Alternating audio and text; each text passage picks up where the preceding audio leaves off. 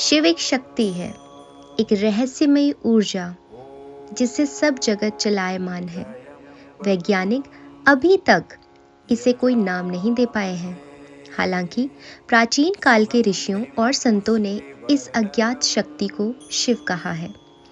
शिव वह ऊर्जा है जो हर जीव के भीतर मौजूद है। इस ऊर्जा की वजह से हम अपनी दैनिक गतिविधियां जैसे सांस लेना, खाना, उठना, चलना और बैठना कर पाते हैं। यह ऊर्जा न केवल जीवित प्राणियों को चलाती है, बल्कि यह निर्जीव चीजों में भी कार्य करती है। इस प्रकार शिव अस्तित्व को संचालित करते हैं। दोस्तों, शिव के बारे में मैंने अपने पिछले वीडियो में भी काफी कुछ ज्ञान आपसे साझा किया था, लेकिन आज मैं आप सबको बताने वाली हूँ कि हम शिवरात्रि क्यों मनाते हैं। महाशिवरात्रि पर्व है हमारी चेतना को बढ़ाने और ध्यान के माध्यम से प्राण शक्ति को बढ़ाकर अपने स्रोत की ओर से ले जाने का। पर शिवरात्रि क्यों मनाई जाती है? वैसे तो महाशिवरात्रि को लेकर कई कहानियां मौजूद हैं। उनमें से कुछ यहाँ अपने इस वीडियो में मैं किसी एक नहीं बल्कि 4-5 कहानियों का उल्लेख करने जा रही हूँ, जिन्हें जानने के बाद शायद आप ये कहें कि अरे ये कहानी तो मुझे पता है, लेकिन शायद कोई एक कहानी होगी जिसे सुनने के बाद आपको भी आश्चर्य होगा कि ये कहानी भी थी महाशिवरात्रि पर्व से जुड़ी हुई। तो आइए सुनते हैं इन कहानियों को। कहते हैं महाशिवरात्रि के दिन भगवान शिव ने देवी पार्वती से विवाह किया था। जी हाँ, आपने बिल्कुल सही सुना, और इसीलिए इस दिन हम महाशिवरात्रि के पर्व को मनाते हैं। महाशिवरात्रि से जुड़ी एक और कहानी है जिसमें ये मान्यता है कि जब देवता और राक्षस अमृत की खोज में समुद्र मंथन कर रहे थे, तब मंथन से विष निकला था और स्वयं भगवान शिव ने विष पीकर उसे अपने कंठ में रोक लिया था, जिस वजह से उनका शरीर नीला पड़ गया था और उनको नीलकंठ भी कहा जाता है। विष पीकर उन्होंने सृष्टि और देवतागण दोनों को बचा लिया, तो इसलिए भी शिवरात्रि का उत्सव मनाया जाता है। इसी लेख में यह भी बताया गया कि एक और प्रसिद्ध कहानी है जिसमें एक और किंवदंती यह है कि जब देवी गंगा पूरे उफान के साथ पृथ्वी पर उतर रही थी, तब भगवान शिव ने उन्हें अपनी जटाओं में धरा था, जिससे पृथ्वी का विनाश होने से बच गया था। इसलिए भी इस दिन को शिवरात्रि के रूप में मनाया जाता है और इस दिन शिवलिंग का अभिषेक भी किया जाता है। ऐसी मान्यता भी है कि भगवान ने शिवरात्रि के दिन सदाशिव, जो कि निराकार रूप है, उससे लिंग स्वरूप लिया था। इसलिए भक्त रात भर जागकर भगवान शिव की आराधना करते हैं। तो दोस्तों, ये थी कहानी शिवरात्रि हम क्यों मनाते हैं उससे जुड़ी हुई। अब मैं आपसे अपने मन की बात कहना चाहूँगी कि महाशिवरात्रि के दिन आखिर करें क्या। महाशिवरात्रि वह दिन है जब हम भगवान शिव की आराधना करते हैं। महाशिवरात्रि के दिन अधिकतर लोग ध्यान, पूजा और शिव भजन गाकर उत्सव मनाते हैं। इनमें से कुछ में आप भी भाग ले सकते हैं।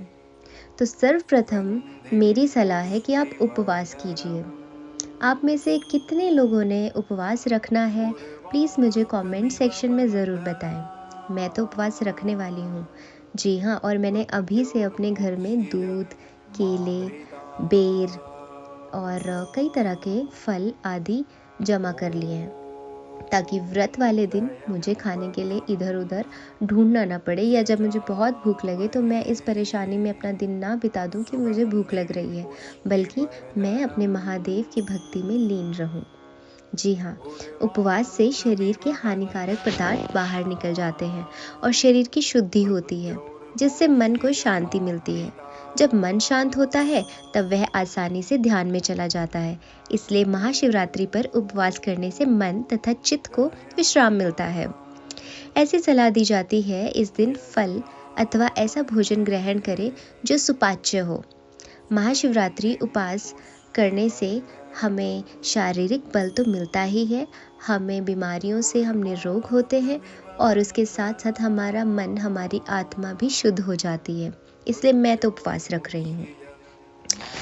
और हमें शिवरात्रि पे क्या करना चाहिए? हमें ध्यान लगाना चाहिए। महाशिवरात्रि की रात को नक्षत्रों की स्थिति ध्यान के लिए बहुत शुभ मानी जाती है, इसलिए लोगों को शिवरात्रि पर जागते रहने और ध्यान करने की सलाह दी जाती है। प्राचीन काल में लोग कहते थे, यदि आप हर दिन ध्यान नहीं कर सकते हैं तो साल में कम से कम एक दिन अवश्य करें। महाशिवरात्रि को रात्रि जागरण करें और ध्यान करें। और ध्यान करने के बाद अगली क्या चीज़ है जो हम कर सकते हैं? तो दोस्तों, वो है मंत्रोच्चारण। महाशिवरात्रि के दिन ओम नमः शिवाय मंत्र का उच्चारण सबसे लाभदायक है। यह मंत्र तुरंत ही आपकी ऊर्जा को ऊपर उठाता है। मंत्र में ओम की ध्वनि ब्रह्मांड की ध्वनि है, जिसका तात्पर्य है प्रेम और शांति। नमः शिवाय में यह 5 अक्षर नमः शिवाय 5 तत्वों की ओर इशारा करते हैं। वह 5 तत्व हैं पृथ्वी, जल, अग्नि, वायु और आकाश। ओम नमः शिवाय का जप करने से ब्रह्मांड में मौजूद इन 5 तत्वों में सामंजस्य पैदा होता है। जब इन 5 तत्वों में प्रेम, शांति का सामंजस्य होता है, तब परमानंद प्रस्फुटित होता है।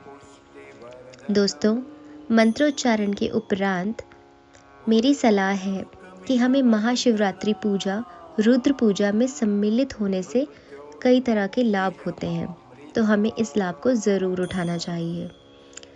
और आखिरी चीज़ जो बिल्कुल भी मत छोड़ना, वो है शिवलिंग की उपासना। शिवलिंग निराकार शिव का ही प्रतीक है।